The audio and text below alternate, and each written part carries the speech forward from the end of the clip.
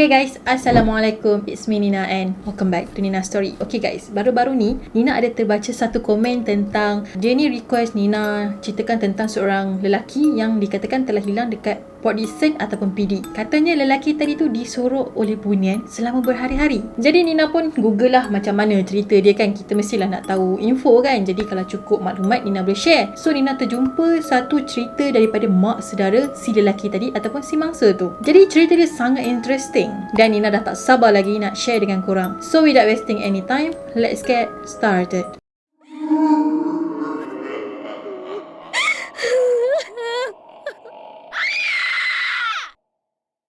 Okey, kejadian ni dikatakan terjadi pada 2 tahun yang lepas, iaitu pada tahun 2020. Masa tu, ada seorang lelaki yang telah dilaporkan hilang semasa dia mencari ketam dengan kawan dia dan juga adik perempuan dia. Dia hilang pada pagi Isnin dan dijumpai selepas beberapa hari lepas tu. Masa orang jumpa dia tu kan, keadaan dia macam sangatlah lemah dan dia pun macam blur-blur gitu. Nina lupa pula nak beritahu nama dia. Nama dia Muhammad Fakhrul Faris yang dijumpai dekat pantai Tanjung Biru, PD. Jadi Nina akan mulakan cerita ni dulu melalui POV mak saudara dia. Pagi dia hilang tu, mak saudara dia ataupun makcik dia ni dapat call kata Yus ni hilang. Jadi maybe Yus ni adalah nama samaran kepada mangsa tadi. Lepas tu makcik dia ni macam baru teringat lah yang semalam Yus tu macam beria gila ajak dia pergi camping dekat pantai PD. Tapi hari yang dia ajak pergi camping tu hari Ahad. So hari Isnin orang dah kerja kan. Jadi mak saudara dia macam tak berapa on lah nak join. Jadi kan bila makcik dia dapat call daripada adik Yus mengatakan kata abang dia hilang tu kan, makcik dia pun teruslah ke PD iaitu dekat Blue Lagoon. Sampai je kat sana memang orang dah ramai termasuklah bomba, Jepang, polis dan lain-lain. So kalau ikut cerita adik dia lah kan, diorang kata diorang bertiga ni kemah dekat situ. Jadi Yus, adik perempuan dia tadi dengan seorang kawan Yus yang bernama Azri. Maksudnya diorang berkemah dekat pantai PD tu 3 orang lah.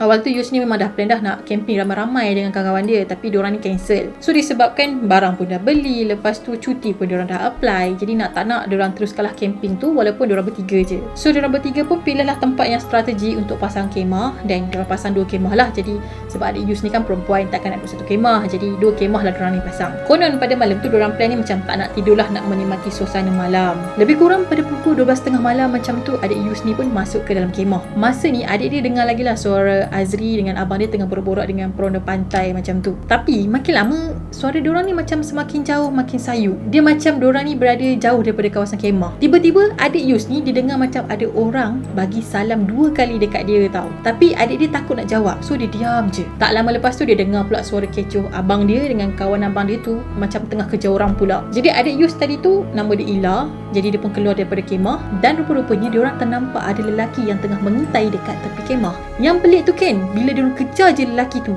memang cepat gila hilang. Dia macam susah-susah hilang macam tu je. Dan satu lagi yang membuatkan Ila ni rasa pelik, Yus kata dia tak jauh pun dari kemah. So maksudnya dia ada dekat situ-situ je. Padahal dari side Ila pula dia kata dia dengar suara abang dia makin sayut jauh, seolah-olah diorang tu berada jauh daripada kemah. So masa lelaki misteri tadi tu bagi salam dekat Ila, dia dah tak dengar dah suara abang dia. Tapi Azri dengan Yus cakap, kita orang mana dia pergi jauh pun, kita orang ada dekat kat sini je. Tapi disebabkan Ila ni malas nak bertengkar, dia diam je lah. Walaupun pada masa tu dia dah rasa pelik. Yelah, masa orang tadi tu bagi salam, dia dah tak dengar tau suara abang dia berborak dengan kawan dia. Ibarat macam diorang ni jauh, tapi diorang kata diorang ada dekat situ. Nampak tak plot twist dekat situ?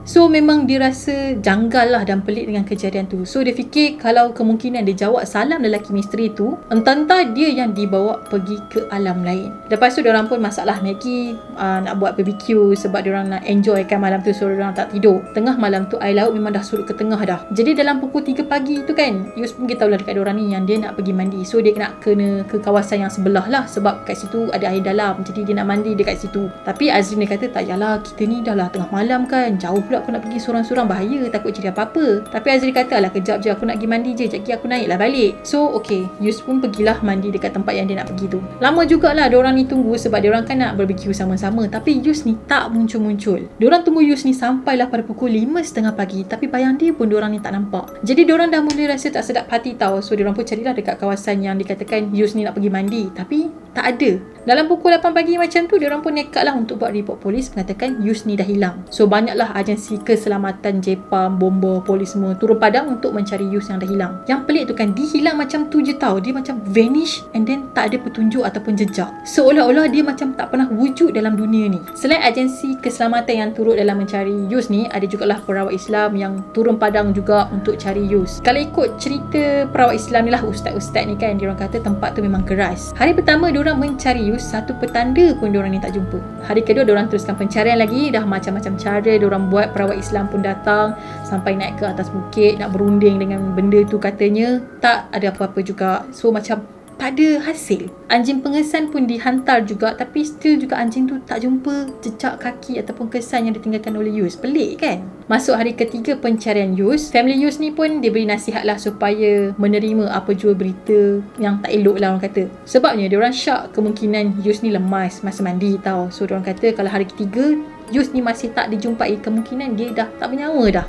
Dan pada petang tu kan, dikatakan family Yus ni terima khabar yang mengatakan Yus akan dihantar pulang selepas waktu asar. Jadi pada malam tu, pasukan penyelamat dengan family Yus ni pun buatlah solat hajat dekat tepi pantai. So diorang memang solat hajat ramai-ramai lah, dan diorang berharap yang Yus ni akan muncul dan beri satu keajaiban kepada diorang ni. Lepas dah habis solat hajat tu, diorang ramai-ramai tunggu dekat tepi pantai berharap Yus ni muncul. Tapi tak ada juga bayang dia. Lebih kurang pada pukul 12 suku tengah malam macam tu kan, diorang nampak Yus ni keluar daripada laut guys. Masa Yus nak naik ke pantai tu kan, dia sempat pusing ke belakang tau. Lepas tu dia lambai-lambai macam ada seseorang yang hantar dia dekat situ. Tak lama lepas tu dia lembik dekat atas pasir, terus jatuh rebah macam tu, dan keadaan dia sangatlah lemah. Jadi anggota keselamatan yang nampak Yus dah lembik dekat situ, diorang pun angkatlah masuk dekat dalam kemah dan bagilah perubatan-perubatan yang tertentu kan, macam CPR ke apa. Sebab masa tu dikatakan dia memang dah lemah dengan air yang banyak macam dia telan tu, dan dia dijumpai masih dalam berpakaian renang dia sejak hari dia hilang. Tapi kan makcik dia kata masa makcik dia pegang tangan Yus tu, tangan dia tak sejuk tau, macam ibarat orang terendam dalam air yang lama. Lepas tu dia punya jari-jari pun tak kecut, semuanya nampak normal, macam dia pergi turun mandi kejap and then dia naik, cuma badan dia basah. Suhu badan dia pun normal, cuma dia punya bibir je lah menggeletar. Kalau kita tahulah kan, kalau kita sendiri pun mandi dekat sungai, mandi dekat laut, lama-lama kita punya tangan ni akan sejuk kan, lepas tu kita punya jari-jari ni akan kecut. Tapi dia tak jadi macam tu tau. Semua orang cakap dia ni bukan lemas, tapi ibarat dilalukan ataupun dicelupkan dalam air laut je. And then lepas tu dia timbul jalan dekat dorang. Badan dia pun tak adalah kesan luka. Semuanya baiklah. Semua dia naik tu dalam keadaan yang sihat sejahtera lah orang kata. Bila ambulans sampai, diorang pun bawa lah Yus ni ke hospital PD. Jadi dalam pukul 2.30 pagi macam tu, family dia pun berkumpul lah dekat wad kecemasan. Sebab masa tu Yus ada dalam wad kecemasan mendapat rawatan. Tak lama kemudian adalah seorang doktor ni keluar panggil family Yus. Tapi dia tak panggil dengan nama Hafiz apa tah yang Nina beritahu tadi tu kan. Tapi dia panggil, okay, family Radin Saifullah sila masuk ke dalam bilik. 2 kali tau doktor ni panggil, tapi tak ada siapa yang datang. Masa tu family Yus ni macam, Radin Saifullah ni siapa? Kenapa family dia tak ada yang datang kan? Tapi makcik dia macam takkanlah anak saudara dia pula kan. So dia pun tanyalah pegawai tadi. Dia tanya, kenapa saya punya anak saudara nama lain, nama Radin Saifullah kan, sedangkan nama dia lain. Lepas tu pegawai tu katalah, masa dia tanya pesakit tu nama apa, pesakit tu kata nama dia Radin Saifullah. Dia macam sudah lain dah jadi. Padahal nama lain, tiba-tiba asal pula nama Yus tu bertukar jadi Radin Saifullah kan. No wonder lah dia punya family tak cam. So diorang pun masuklah secara bergilir untuk tengok Yus. Tapi Yus pada lewat pagi tu dia tak macam diri dia. Makcik dia kata dia ni dah macam orang yang hidup zaman hang tuah dulu, bercakap tuan hamba macam tu. And then lepas 2 hari dia admit dekat hospital, akhirnya Yus ni boleh discharge lah. Jadi lepas dia dah discharge daripada hospital tu kan, diorang keluar waktu maghrib. Jadi diorang decide takpelah, kita tidur kat sini dulu semalaman, esok kita balik KL lah kan. Sebab macam masing-masing pun dah penat kan. Diorang pun baliklah ke homestay dan solat maghrib. Dan masa tu si Yus ni ada dekat ruang tamu homestay. Lepas tu pula tiba-tiba Yus ni boleh hilang. Tak ada pula dalam homestay tu guys. Bila diorang cari, rupa-rupanya dia ni tengah standby nak turun dekat laut dah tau. Dia dah ada dekat tepi laut dah. Keadaan dia masa tu masih lagi lemah and masih lagi blur. Macam gitulah kot, macam mamai, tak sedar apa yang dia buat. Nasiblah family dia sempat jumpa dan tarik dia balik. Diorang rasa benda tadi tu macam panggil Yus ni balik ke laut tau. Ustaz perawat pun kata yang Yus ni kena pantau dengan ketat lah, sebab benda tu memang akan selalu memanggil dia. So family dia bila dengar kata ustaz cakap macam tu, diorang pun decide lah untuk keluar pada PD pada malam tu. Diorang kata kita dah tak boleh dekat sini dah, kita kena jauh daripada PD, kita kena jauh daripada laut sini. So malam tu jugalah diorang ni betul nak balik ke KL. Masa on the way nak balik ke sana lah kan, dalam kereta tiba-tiba Yus ni kata kaki kanan dia sakit sangat, tak tahulah kenapa. Jadi bila diorang call ustaz kan, ustaz tu kata dia nampak benda tu bergayut dekat kaki kanan Yus guys. Maksudnya benda tu ikut diorang balik. Tapi masa diorang call ustaz tu tanya pasal kaki Yus, diorang tak kata kaki Yus yang sebelah kanan ni sakit. Diorang cuma cakap kaki Yus sakit. Tapi bila ustaz tu scan, dia kata dia nampak ada something dekat kaki kanan Yus. Jadi maksudnya benda tu dari laut ikut Yus ni balik. Jadi dalam pukul 1 pagi macam tu, diorang ni pun sampailah dekat rumah tau. Bila nak masuk je dalam rumah, tiba-tiba rumah tu penuh dengan air guys. Dah banjir pula. Yang peliknya rumah diorang ni rumah apartmen tingkat 1. Jadi macam mana boleh banjir pula rumah tu. So diorang pun macam cool malam tu, cuba relax, cuba tenang, kemas apa yang patut. And then diorang bawa Yus ni pergi berubat. Selepas esok tu lah kan diorang bawa pergi berubat. Alhamdulillah akhirnya dia kembali normal macam biasa. Sebenarnya apa yang jadi dekat Yus? Okay, yang ni Nina akan cerita daripada side POV Yus pula. Okay, dia kata pada malam tu dia tengah jalan-jalan dekat tepi pantai. Tup-tup dia nampak macam adalah seorang budak lelaki umur dalam 6 ke 7 tahun macam tu tengah ada ataupun tengah berjalan dekat tepi pantai tu, tengah main dengan kucing dia berwarna hitam. Yus ni macam pelik lah, takkanlah tak ada orang dewasa yang teman dia, dah lah tengah lewat malam kan, pergi main tepi pantai sorang-sorang macam tu. Dia pun datang lah dekat budak tadi tu, tegur apa semua kan, and then budak tu pun ajaklah Yus ni untuk balik ke kampung dia. Yus pun tak fikir panjang, dia kata dia pun ikutlah budak tadi tu ikut ke kampung dia. Dan Yus masuk satu kampung yang dia kata sangatlah meriah, terang benderang, riuh rendah, macam ada keramaian dekat kampung tadi. Dia kata dah macam pasar malam dekat dunia kita. Tapi orang-orang dekat situ semua berpakaian serba putih. Orang-orang tu pula semuanya segak-segak, cantik, handsome, lepas tu selalu tersenyum. Dan kehidupan diorang dekat kampung tu seolah-olah macam sangatlah happy. Tapi ada sedikit lah kejanggalan dekat orang-orang kampung tu, sebab diorang ni, tinggi diorang tu 3 kali ganda daripada kita. Lelaki ke perempuan ke semuanya tutup aurat dengan sempurna. Just dekat kampung tu dia diberi tempat tinggal yang selesa, rumah yang besar dan cantik. Selama dia ada dekat sana, diorang bagi dia makan buah-buahan je, tak ada makanan berdarah, macam tak ada daging, tak ada ayam, just buah-buah je. Yus kata berhari-hari juga dia duduk kat kampung tu. So selama dia ada dekat sana, dia berjalan-jalan untuk pusing kampung tadi. Masa tu dia masih lagi sedar tau yang dia ni ada dekat tempat lain. Tapi dia kata dia nak duduk situ sebab dia nak explore je. Pergerakan orang kampung tu pula memang tersangat laju sepantas kilat. Contohnya kan, macam diorang tu nak naik bukit kan, daripada bawah tu macam zup, dah sampai dekat puncak dah. Jadi macam kalau orang normal kan, kita tahu takkanlah boleh naik bukit sepantas tu kan. Tapi orang Bunian dekat sana memang pergerakan orang tersangat laju. Kampung tu memang sempurna macam dalam mimpi tau. Ada denai-denai yang cantik, lepas tu ada masjid yang besar, dan ada jugalah pasar dekat sana. So kehidupan orang-orang dekat kampung tu sama macam dekat kampung kita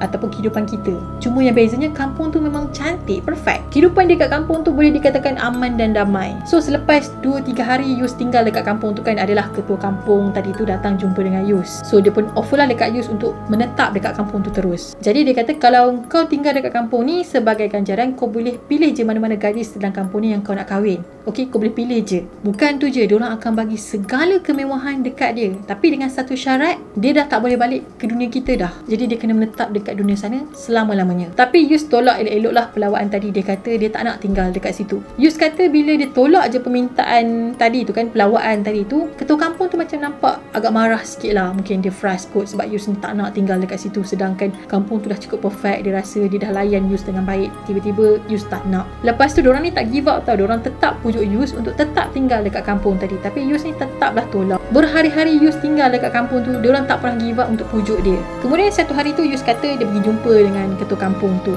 So dia minta lah keizinan ataupun pandangan kan. Dia kata boleh tak kalau dia nak masuk ke alam ni dengan dunia kita tu secara berulang-alik suka hati dia. Maksudnya dia nak berulang-alik ke dunia alam sebalik mata dengan dunia sebenar kita tu bila-bila masa yang dia suka. Tapi ketua tu kata tak boleh, Yus kena pilih salah satu je. So jawapan Yus, dia kata tak apalah kalau macam tu, saya nak balik ke dunia saya lah. Bila Yus kata dia nak balik, so ketua kampung tadi tu pun panggil beberapa orang untuk hantar Yus ni balik lah. Dan lepas tu dia kata dia dah tak ingat apa-apa lagi dah. Apa yang dia ingat masa dia dekat hospital, orang-orang yang hantar dia balik ke dunia kita ni, dunia nyata ni, ada dekat hospital juga. Semuanya berpakaian jubah dan berwarna putih. Bukan tu je, ada juga kanak-kanak yang ikut hantar Yus ni balik. So maksudnya dekat hospital tu bukan Yus je yang ada.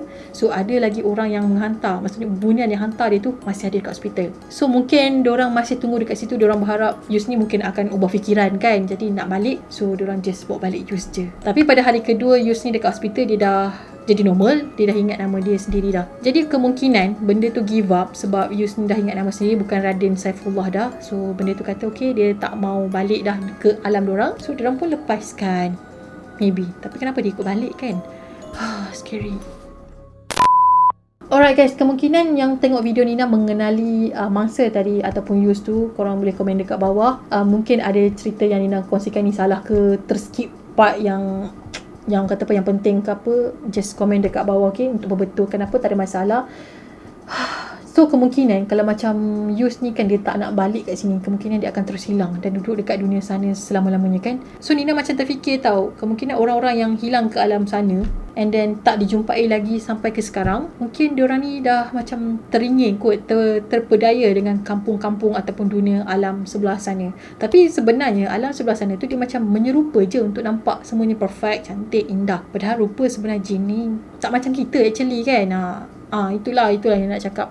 Tak nak cakap lebih-lebih sebab rasa seram. Okay guys, itu sajalah perkongsian Nina untuk hari ni. Kalau korang ada pengalaman seram-seram, pernah kena sorok dengan bunian ke, kan?